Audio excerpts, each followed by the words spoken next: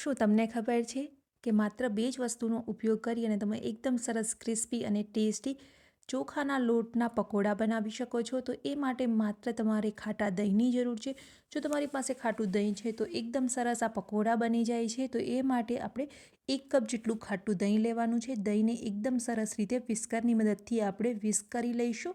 તો અહીંયા સૌથી પહેલાં હું છે એ વિસ્કરની મદદથી વિસ્ક કરું છું અને ત્યારબાદ આપણે હાથની મદદથી દહીંને એકદમ સરસ રીતે ફેટી લેવાનું છે.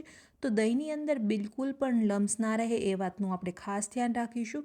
તો આ રેસીપીમાં આપણે પાણીનો બિલકુલ ઉપયોગ નહીં કરીએ. આપણે જે બેટર તૈયાર કરવાનું છે એ બેટર દહીંમાં જ તૈયાર કરીશું.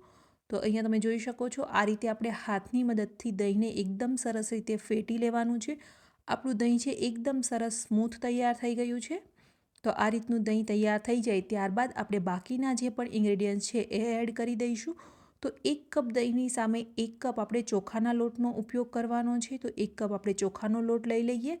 તો જેટલું તમે દહીં લો છો એટલો તમારે લોટ લઈ લેવાનો છે. લીલી મરચી એડ કરી દઈશું. ત્યારબાદ મેં અહીંયા મરી પાવડર લીધો છે. આખા મરી પણ તમે એડ કરી શકો છો. આખા મરીનો ટેસ્ટ પણ ખૂબ જ સરસ આવશે.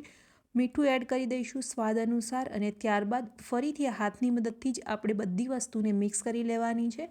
તો પાણી આપણે બિલકુલ એડ નહીં કરીએ. થોડીવાર આપણે આ રીતે મિક્સ કરીશું એટલે બેટર એકદમ સરસ સોફ્ટ થઈ જશે.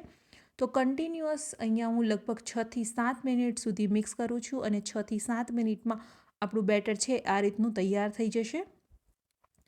તો તમે જોઈ શકો છો આ રીતનું આપણે બેટર તૈયાર કરવાનું છે.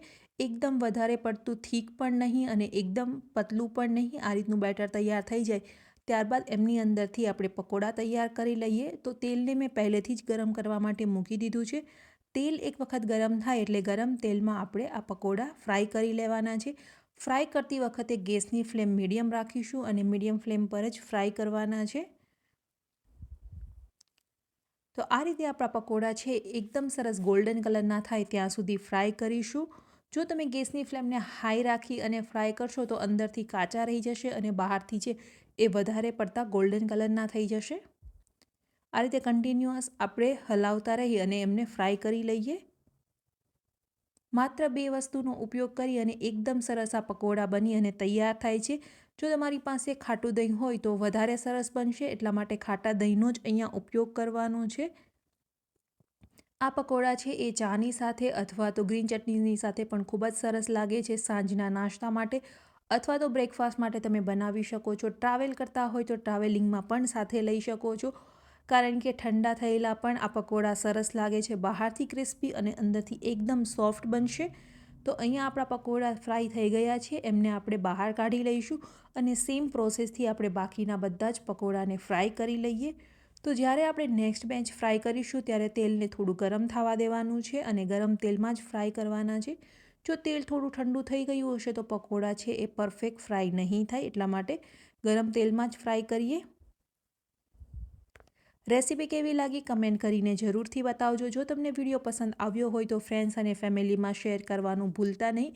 અને હજુ સુધી ચેનલને સબસ્ક્રાઈબ નથી કરી તો સબસ્ક્રાઈબ કરી અને બેલ આઇકન પર ક્લિક કરી દો.